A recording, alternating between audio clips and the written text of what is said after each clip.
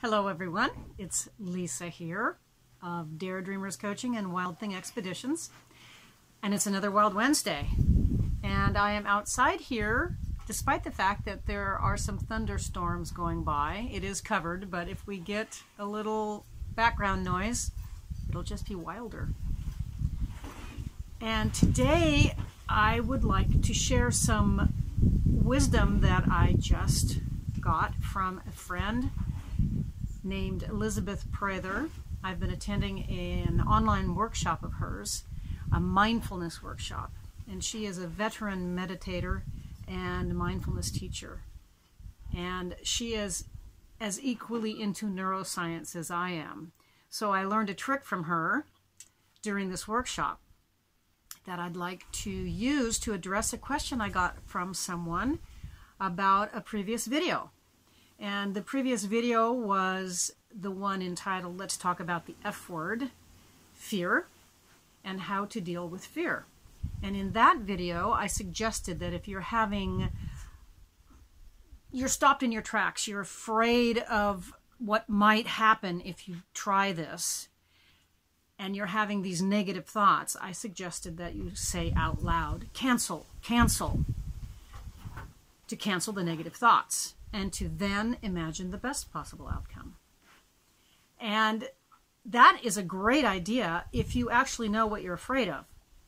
But what someone wrote to me and asked is a really great question was, well, what if I'm not really sure what I'm afraid of? I'm just having this sort of vague feeling of unrest or anxiety or fear, if you will, but I don't really know what it is. I just feel stuck and afraid, but I can't pinpoint it, so I can't cancel it because I don't really know what it is. And I've been thinking about this now for a couple of weeks, actually. And what Elizabeth talked about in the first session of this 3-day workshop was brilliant, and I'd like to share it with you. And I think it will answer this person's question.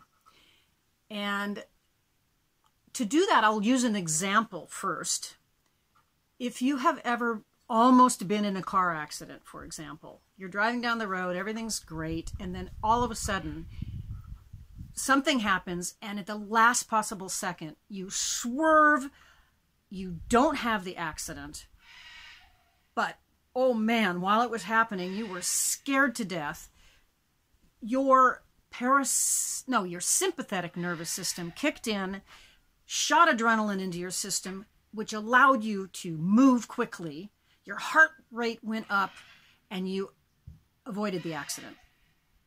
And if you're like me, you probably turned to the person sitting next to you in the car and went, whew, that was close.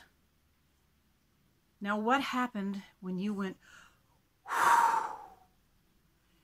It was a signal to your parasympathetic nervous system to return to normal. Everything's okay.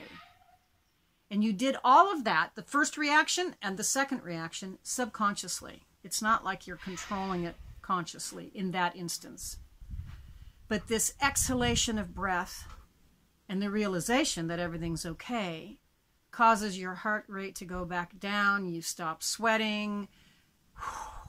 You return to normal. And that is exactly what we're going to do in the situation of this friend, where you're not really sure what it is you're afraid of. You just know you're feeling a little anxious. Some people even have panic attacks. And in this situation, what you can do is this. You are going to consciously activate your parasympathetic nervous system, and it's going to return your body to its normal, calm state. And what you're going to do in this instance is you are going to take 3 breaths, and with each breath you're going to count during the inhalation, and just let it be a normal inhalation. You're not counting on purpose. Just see how many seconds you inhale. But then when you exhale, you're going to double the number of seconds. And when you do that, you're probably going to have to restrict your breath a bit. So I'm going to inhale for 3 seconds, and then I'm going to exhale for 6. And this is what you would do.